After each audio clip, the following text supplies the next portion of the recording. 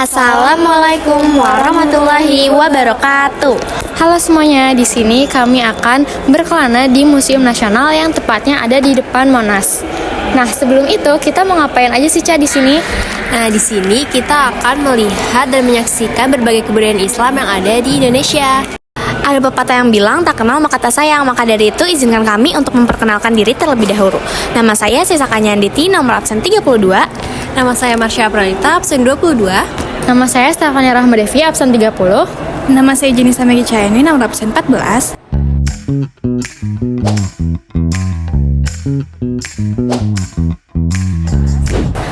Yuk, ikutin kita terus. Nah, Islam itu udah masuk ke Indonesia sejak abad ke-7 Masehi, tetapi berpuluh-puluh tahun itu belum ada situs-situs yang menjelaskan terkait kesimpulan yang pertama tadi. Nah, tetapi baru-baru ini masyarakat situs Bongal itu menemukan koin dinasti Umayyah dan artefak-artefak Islam lainnya yang menunjukkan cahaya baru terkait masuknya Islam di Indonesia.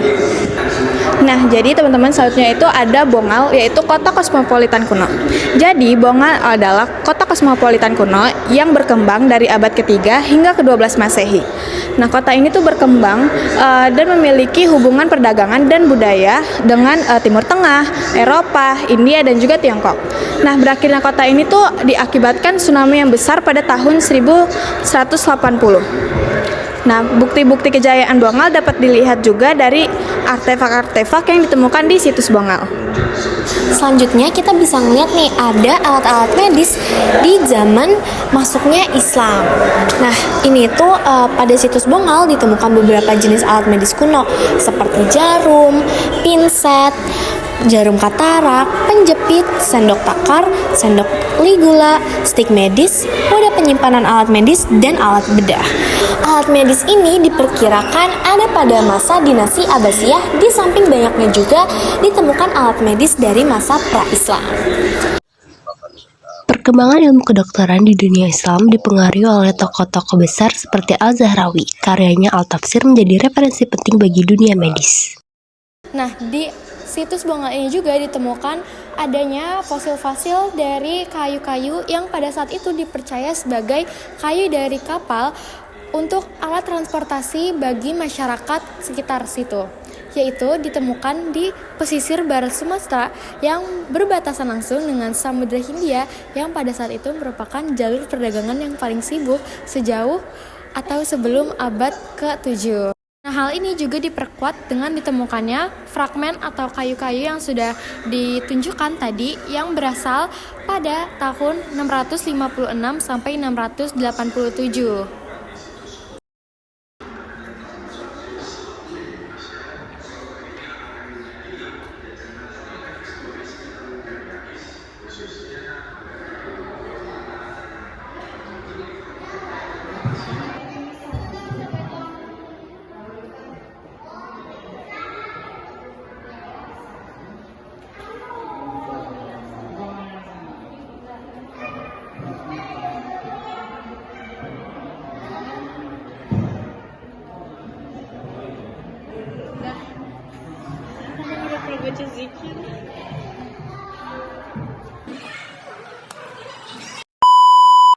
Nah, baik, selanjutnya itu adalah kerajaan Islam di Indonesia. Kerajaan Islam pertama di Indonesia yaitu adalah Kerajaan Pasai. Pasai merupakan kerajaan tertua di Indonesia dengan bukti-bukti yang meyakinkan. Setelah Malaka jatuh ke tangan Portugis pada tahun 1511, di bagian utara Sumatera muncul Kesultanan Islam Aceh yang seolah menggantikan kedudukan Pasai. Aceh mencapai puncak kejayaannya pada abad ke-16 hingga ke-17. Sementara itu di Jawa muncullah Kesultanan Demak yang muncul pada abad ke-16 Masehi, yang kemudian menjadi kerajaan pertama di Jawa dan menyampaikan penyebaran Islamnya ke bagian barat Jawa. Nah, kalau ngomongin masalah penyebaran Islam di Indonesia, nggak jarang kita dengar yang namanya Wali Songo. Nah, Wali Songo ini adalah para ulama di Indonesia yang memiliki strategi yang berbeda, karena mereka itu nggak menggunakan sistem kekerasan ataupun meminta uang seperti pada zaman Hindu-Buddha. Jadi masuk Islam ya itu nggak perlu ribet-ribet atau menggunakan banyak uang seperti Hindu Buddha. Biasanya kan kita ada yang namanya ritual dan lain-lain yang mengeluarkan banyak uang, tapi di Islam ini kita cuma perlu mengucapkan kalimat syahadat yang pada saat itu pasti membantu banget masyarakat Hindu Buddha yang memang berada di kasta bawah. Dan Wali Songo ini memiliki peran yang sangat penting dalam pengawalan proses transisi kekuasaan dari kerajaan Hindu Buddha menuju pembentukan Kesultanan Demak pada abad ke-16 Masehi. Nah, ini adalah bentuk-bentuk dan contoh dari kebudayaan atau di sini yang dihasilkan oleh para wali songo. Seperti ada keris, ada wayang, lalu ada suluk juga, dan ada beberapa. Nah, jadi teman-teman, sebelum Islam masuk, masyarakat Indonesia tuh sudah memiliki seni dan budaya yang kuat. Nah, setelah Islam masuk, terjadilah sebuah akulturasi antara budaya lokal dengan nilai-nilai Islam. Nah, akulturasi inilah yang melahirkan berbagai karya seni yang bernuansa Islam yang masih bisa kita temukan hingga saat ini. Seperti keris, penutup kepala, alat musik, kain tradisional, dan juga lukisan. Nah, selanjutnya bisa dilihat nih, di samping saya itu ada salah satu contoh akulturasi masuknya Islam ke Indonesia, yaitu berupa kain-kain. Yang pertama ada kain tulis rifaiyah Peloati.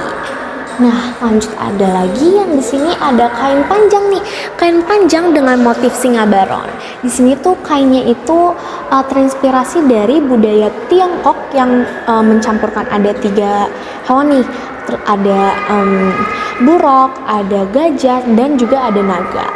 Nah, selanjutnya ada kain nih. Di sini kalian bisa lihat nih, di sini ada kain berwarna hitam yang buat saya menarik banget, yaitu bisa dilihat dengan motif kalau kalian kenal ini adalah hewan buruk yang ditunggangi Nabi Muhammad SAW untuk mendapatkan wahyu dari Allah untuk mengerjakan sholat.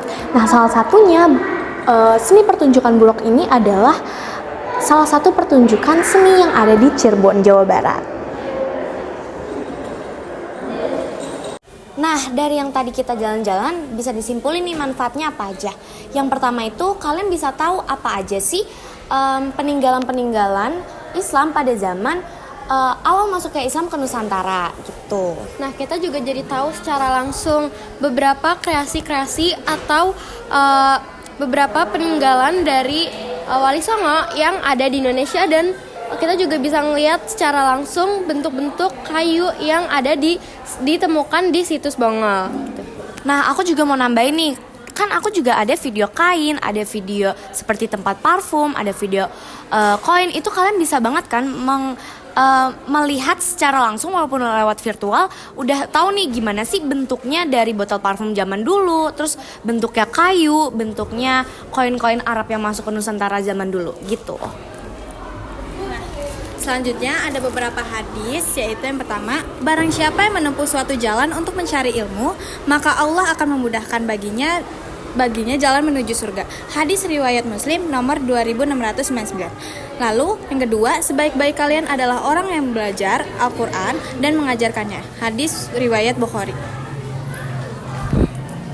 Nah, hadis selanjutnya yaitu jika seorang manusia mati, maka terputuslah amalnya kecuali 3 perkara. Syakoda jariyah, ilmu yang dimanfaatkan, atau anak soleh yang mendoakannya. Hadis riwayat Muslim.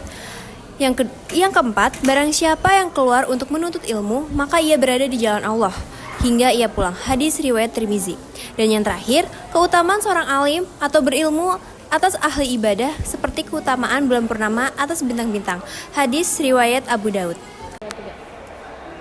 Baik, sekian dari kami. Terima kasih kepada teman-teman sekalian yang sudah bersedia menonton video kami dari awal sampai akhir.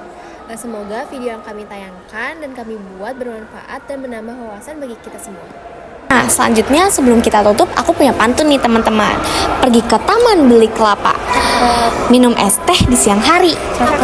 Makasih udah nonton sampai akhir ya. Dadah. Wassalamualaikum warahmatullahi wabarakatuh.